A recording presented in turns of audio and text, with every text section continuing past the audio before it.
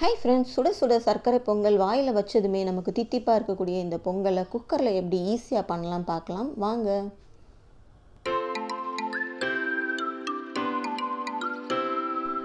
ஒரு கப் பச்சரிசி, ஒரு கப் வெல்லம், ரெண்டும் சம அளவில் நம்ம எடுத்துக்கலாம். இனிப்பு கொஞ்சம் அதிகம் தேவைப்படுறவங்க கூட கொஞ்சம் ஆட் பண்ணிக்கலாம். முந்திரி பருப்பும் உலர்ந்த திராட்சையும் தாளிப்பதற்கு எடுத்து வச்சுக்கலாம். வாசனைக்காக ஒரு 4-5 ஏலக்காய், 2 கிராம்பு சேர்க்கும்போது நல்ல மணமாக இருக்கும். கோயிலில் இருக்கிற மாதிரி நமக்கு சர்க்கரை பொங்கல் நல்ல வாசனையாக இருக்கும். பச்சை கற்பூரம் ஒரு சின்ன பிஞ்சு தான் நம்ம போடணும், இல்லைன்னா ஸ்மெல் அதிகமாக இருக்கும். நான் இந்த 3ஐயும் சேர்த்து பவுடர் பண்ணி எடுத்து வச்சுருக்கிறேன். இந்த பவுடரை தான் நம்ம சர்க்கரை பொங்கலில் சேர்க்க போகிறோம். அரிசியை நம்ம இப்போது க்ளீன் பண்ணி எடுத்துக்கலாம். ஃபஸ்ட்டு தண்ணியில் நம்ம நல்லா அரிசியை கழுவி தண்ணியை வடித்து எடுத்துடணும்.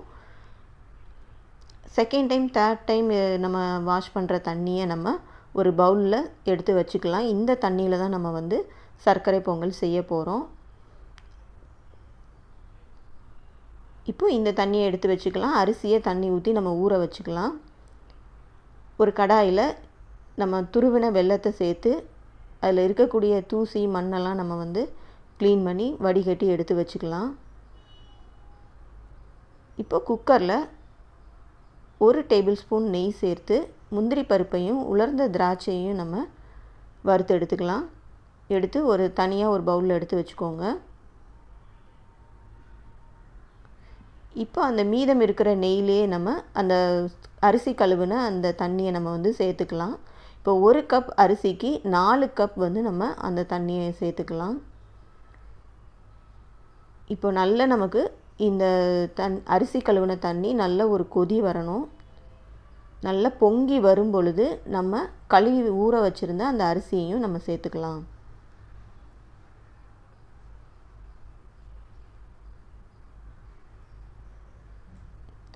இப்போ நமக்கு நல்ல அரிசி தண்ணி பொங்கி வர ஆரம்பிச்சிருச்சு. ஃப்ளேமை நம்ம குறைச்சிட்டு ஊற வச்சுருந்த 1 கப் அரிசியை அதோடு சேர்த்துக்கலாம்.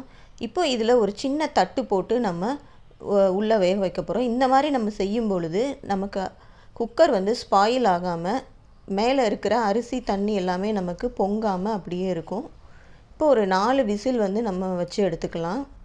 பாருங்கள், குக்கர் மேலே எந்த ஒரு தண்ணியுமே சுடு தண்ணியுமே நமக்கு வடியலை. இப்போ 4 விசில் கழித்து திறந்து பார்த்தோம் அப்படின்னா நல்ல குழைவாக நமக்கு சாதம் வெந்திருக்கும். இப்போ நம்ம போட்ட தட்டை அதுலேருந்து நம்ம எடுத்துக்கலாம். இதே மாதிரி நீங்கள் பருப்பு இந்த மாதிரி எது வேக வச்சாலும் இந்த மாதிரி செய்யும்போது குக்கருக்கு எந்த ப்ராப்ளமுமே வராது. இப்போ பாருங்கள், சாதம் நல்லா குழைய வெந்திருக்கு. இதில் நம்ம வடிகட்டி வச்ச வெள்ளை பாகையும் இதில் நம்ம சேர்த்துக்கலாம். வாசனைக்காக ஏலக்காய், கிராம்பு, ஒரு சிறு பிஞ்ச் அளவு நமக்கு பச்சை கற்பூரம் சேர்த்து அந்த 3ஐயும் பவுட்ரு பண்ணின பொடியை சேர்த்துக்கலாம். இப்போ தேவையான அளவு நெய் சேர்த்து நல்ல இதை நம்ம கிளறி எடுத்துக்கலாம். நல்லா தளர சர்க்கரை பொங்கல் வேகணும். இப்போ வறுத்த முந்திரி பருப்பு உலர்ந்த திராட்சையை சேர்த்து நம்ம மிக்ஸ் பண்ணி எடுத்துக்கலாம். இப்போ பாருங்கள், சுட சுட அருமையான சர்க்கரை பொங்கல் நமக்கு ரெடி ஆயிடுச்சு. நீங்களும் இதே மாதிரி தித்திக்கும் சுவையோட இந்த பொங்கலை இனிமையாக செஞ்சு பாருங்கள். அனைவருக்கும் இனிய பொங்கல் நல்வாழ்த்துக்கள்.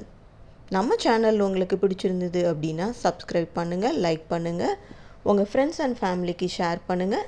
தேங்க்ஸ் ஃபார் வாட்சிங்.